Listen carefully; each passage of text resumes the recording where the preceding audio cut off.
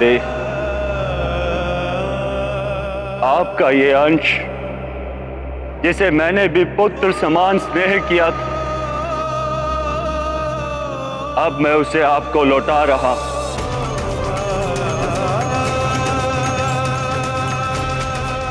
इसके जीवन की सुरक्षा का उत्तरदायित्व मेरा था, किंतु संपूर्ण प्रयास करने के पश्चात भी मैं असफल रहा। इसीलिए मुझे भी जीने का कोई अधिकार नहीं।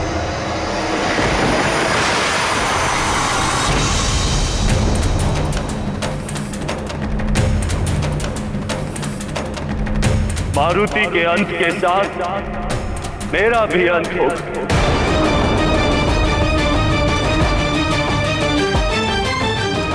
और साथ ही अंत होगा इस संसार में संचारित होने वाली समस्त वायु का, जिन्हें सुचारू रूप से संचालित करने वाले मेरे समस्त 48 मरुतगण मेरे साथ ही अंत को प्राप्त होंगे।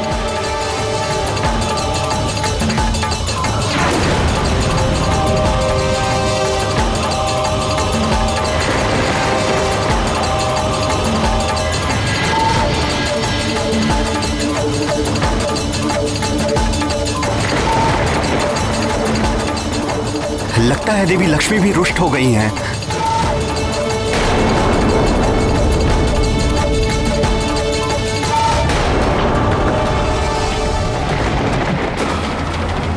प्रियं शंकरं सर्वनाथं भजामि, प्रियं शंकरं सर्वनाथं भजामि, प्रियं शंकरं सर्वनाथं भजामि, प्रियं शंकरं सर्वनाथं भजामि। प्रकृति और पुरुष के मेल से ही सृष्टि का जन्म होता है, किंतु जब ये मेल टूट जाए तो सृष्टि समाप्त हो जाती है।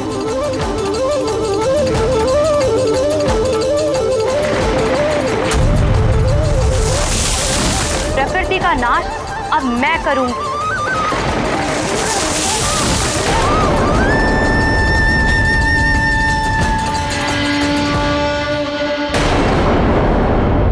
मारुति की मां देवी अंजना के दुख ने समस्त मातृत्व शक्ति को आंदोलित कर दिया है। इसके दुष्परिणाम समस्त जगत को भोगने पड़ सकते हैं।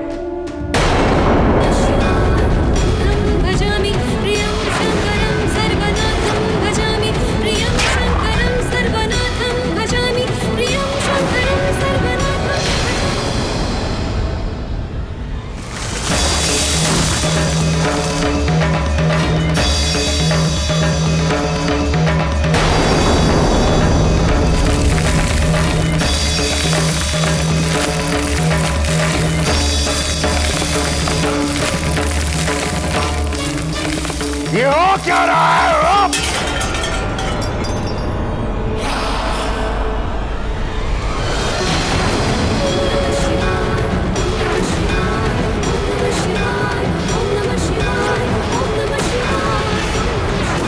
हे महादेव, निवारण कीजिए अंजना के दुख का। हे माँ महादेवी, आप तो सारे जगत की माता हैं।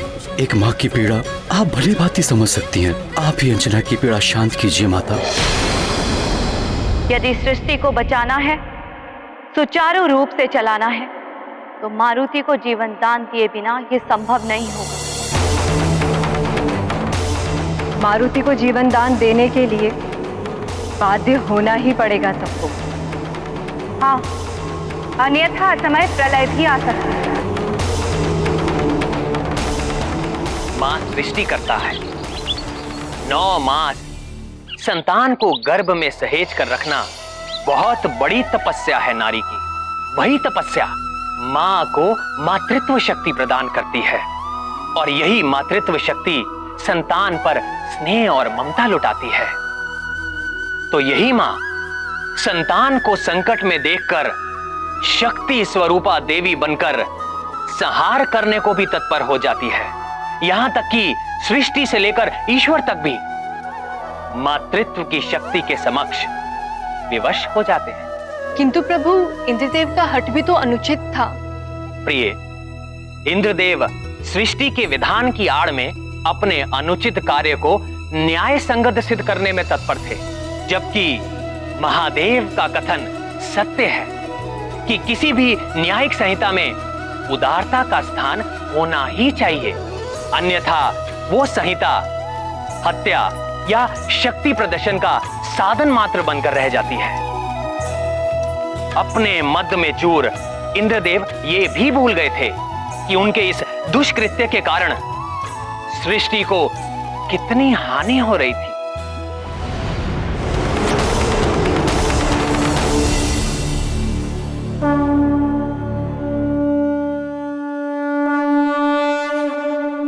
हे जल, थल, नभ, अग्नि, देह, संसार सहित समस्त ब्रह्मांड में उपस्थित मेरे मरुदगणों,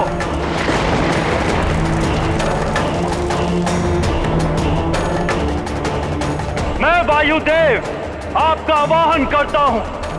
आप सब आए और समाहित हो जाए मुझ में, समाहित हो जाए मुझ में, समाहित हो जाए मुझ में।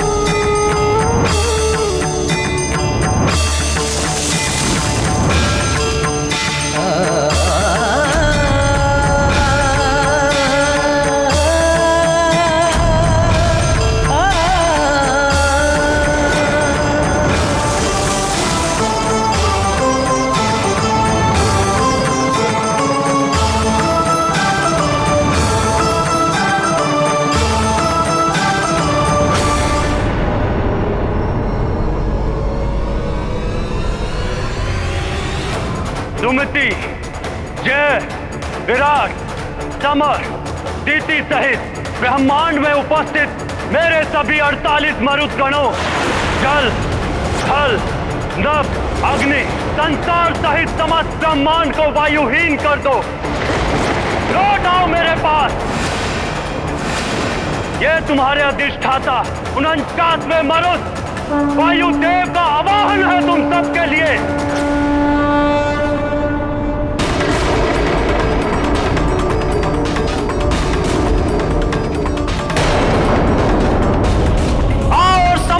मुझ में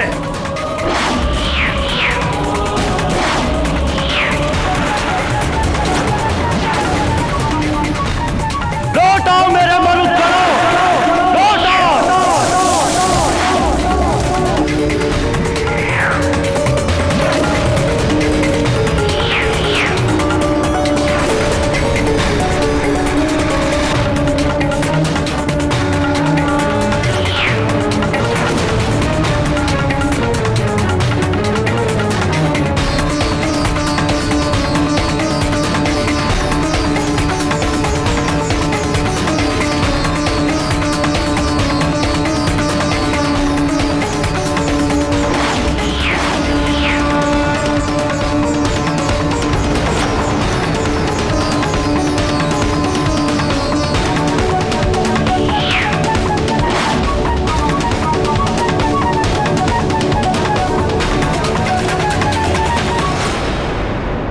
ये एकाएक अग्नि कैसे बुझ गई?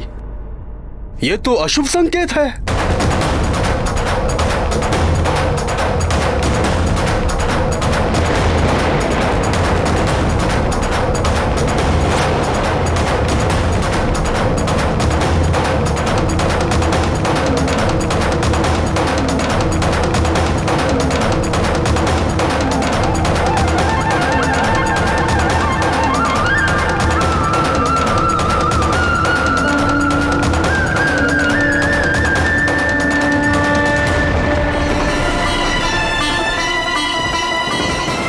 मिट जाएगा ये संसार, उजड़ जाएगी ये सृष्टि।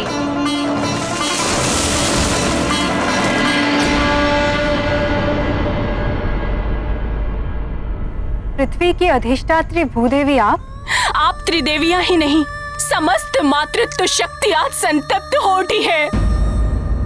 और फिर अंजना की पीड़ा भी तो मेरी पीड़ा है ना।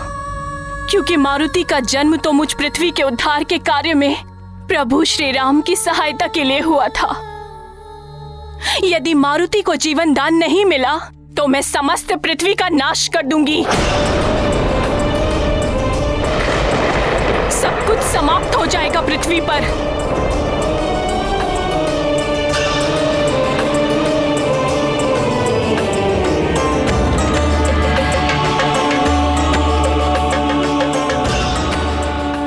मारुति के जीवन से ही संसार का जीवन जुड़ा है। आज यदि मारुति नहीं तो संसार भी नहीं।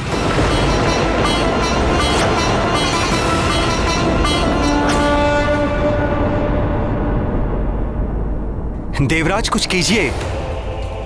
देवगुरु बृहस्पति के बिना देव कार्य कैसे संपन्न होंगे? इन कठिन परिस्थितियों में देवगुरु के समान हमारा मार्गदर्शन करने वाला कोई नहीं है। उन्हें वापस लाना ही होगा। प्रकृति भी उद्वेलित हो रही है।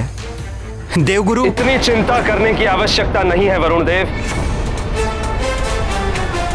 मैं देवराज उनके कारण नहीं हूं, अपितु वो देवगुरु हैं मुझ देवराज इंद्र के कारण। मैंने ही उन्हें देवगुरु बनाया है। यदि मैं यहां हूं तो देवगुरु भी देवताओं को मिल ही जाएंगे।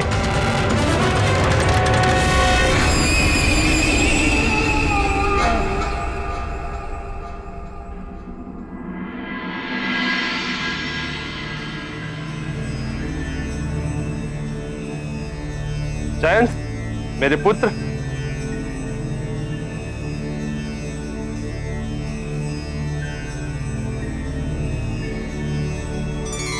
प्रणाम पिताश्री। आयुष्मान भव पुत्र। तुम यहाँ मेरे दरबार में?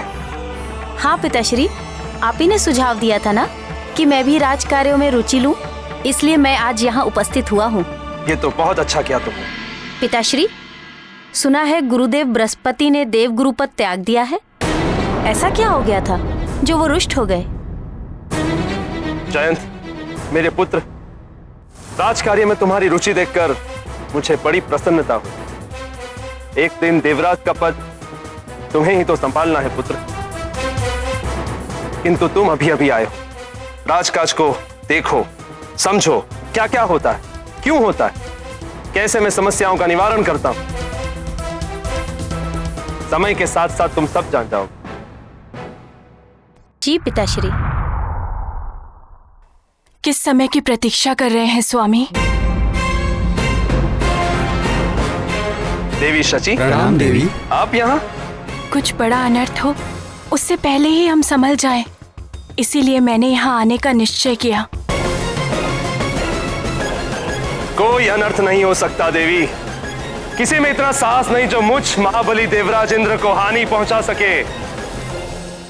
अपने चारों ओर देखिए स्वामी, त्रिदेवियों के रुष्ट हो जाने से स्वर्ग की सारी शोभा श्रीहीन हो गई है, सारी चमक लुप्त हो गई है। और जिस संसार को आप नियम पूर्वक चलाने की बात कर रहे हैं वहां भी उथल पुथल मची हुई है। मनुष्यों की वाक शक्ति समाप्त हो रही है और प्रकृति क्षुब्ध हो उठी है। जयंत, अपनी माता को समझाओ कि ये सब मैं भी देख रहा हूं। नेत्र बंद किए नहीं खड़ा हूं मैं यहां।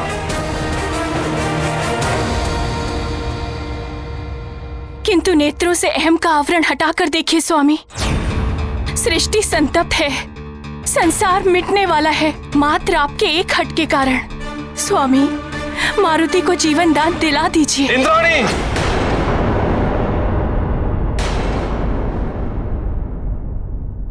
मान जाइए स्वामी, अंजना की पीड़ा का आभास मुझे भी है। उनके दुखों को दूर कर दीजिए। त्रिदेवियों, भूदेवी और वायुदेव का कोप स्वतः शांत हो जाएगा और ये संसार मिटने से बच जाएगा। आप अंजना के पुत्र को पुनः जीवन दान दे दीजिए। मुझे क्या करना चाहिए और क्या नहीं करना चाहिए ये आप मुझ पर छोड़ दीजिए देवी। आप एक माँ की पीड़ा क्यों नहीं समझ रहे देवराज? कितनी कठिन तपस्या के फलस्वरूप उन्हें मारुति जैसा पुत्र प्राप्त हुआ। आप एक माँ से उसके पुत्र को छीनने का पाप क्यों अपने सिर चढ़ा रहे हैं? और वानर राज केसरी से भी आपकी कोई शत्रुता नहीं, फिर क्यों? बस चाची,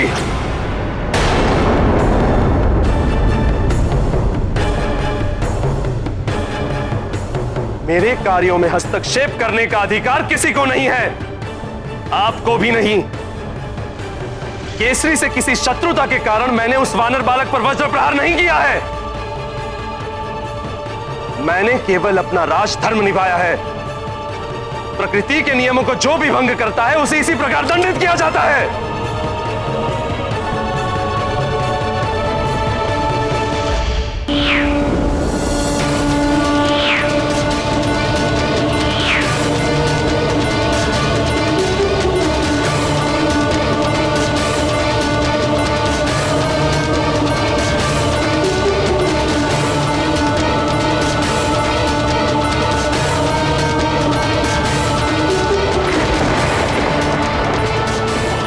सृष्टि से मरुदगणों, लौट आओ मेरे पास। तुम्हारा अधिष्ठाता तुम्हें पुकार रहा है। आओ समाहित हो जाओ मुझ में, लौट आओ मेरे पास।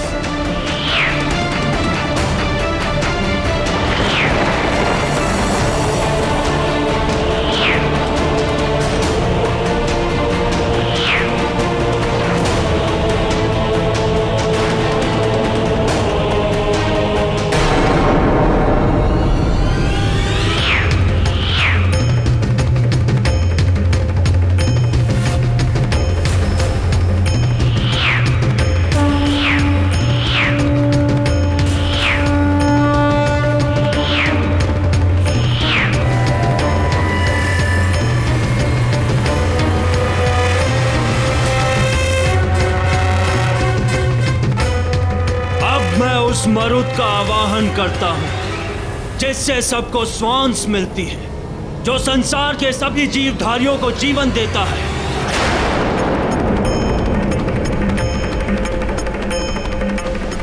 ऐ सभी जीवधारियों को जीवन देने वाले मरुद, प्राणवायु को संसार में संचालित करने वाले मरुद, लौट आओ अपने अधिष्ठाता के पास और श्वासहीन कर दो इस संसार को।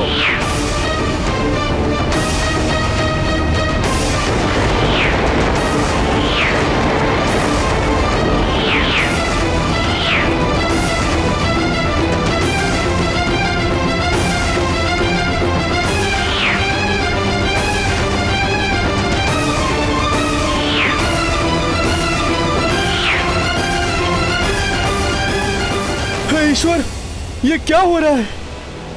हमें श्वास लेने में इतनी कठिनाई क्यों हो रही है?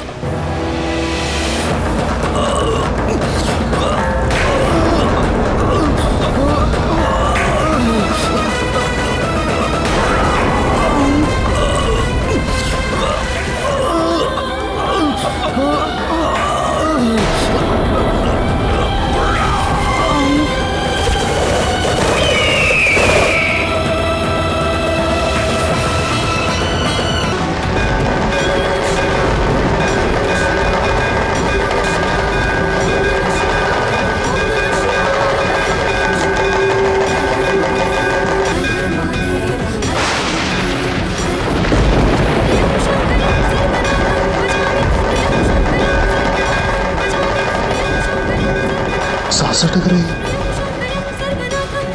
न जाने क्या हो रहा है। ये क्या हो रहा है कायक? मेरी भी सांस अटक रही है।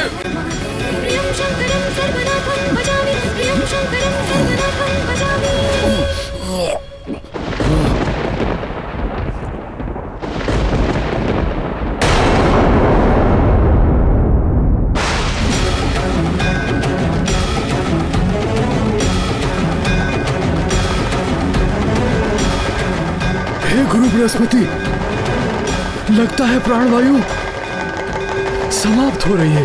अवश्य वायुदेव कुपित हो उठे हैं। ठहरे रखिए वानरराज केसरी, मेरा अनुमान सत्य है। वायुदेव के क्रोध का ही परिणाम है ये। प्रतीत होता है प्राणवायु आदि का प्रसार करने वाले मर्दों को वायुदेव ने वापस खींच लिया है।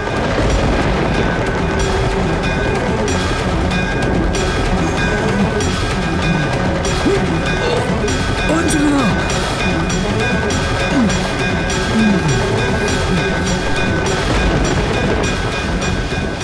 जाओ अंजना, प्राणवायु समाप्त हो रही है।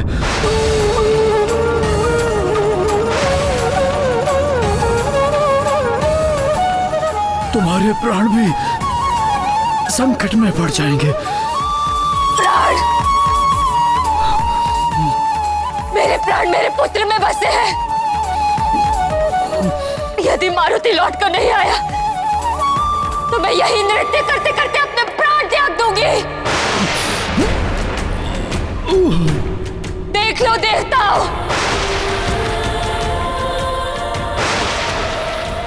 देखिए ये सारा संसार मां का लाल नहीं तो मां भी नहीं।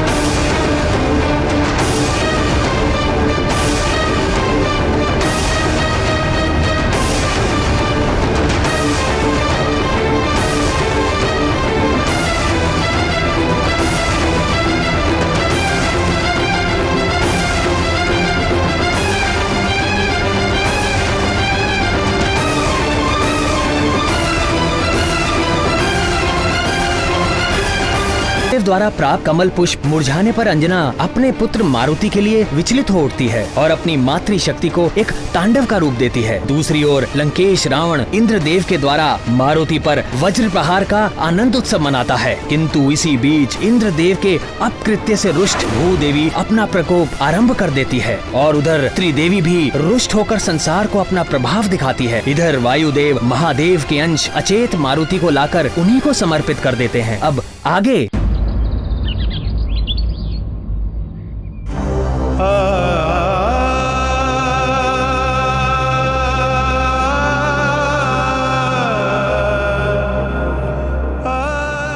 महादेव,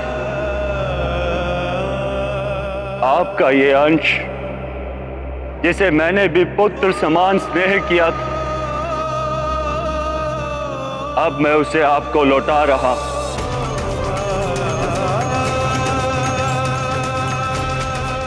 इसके जीवन की सुरक्षा का उत्तरदायित्व मेरा था, किंतु संपूर्ण प्रयास करने के पश्चात भी मैं असफल रहा।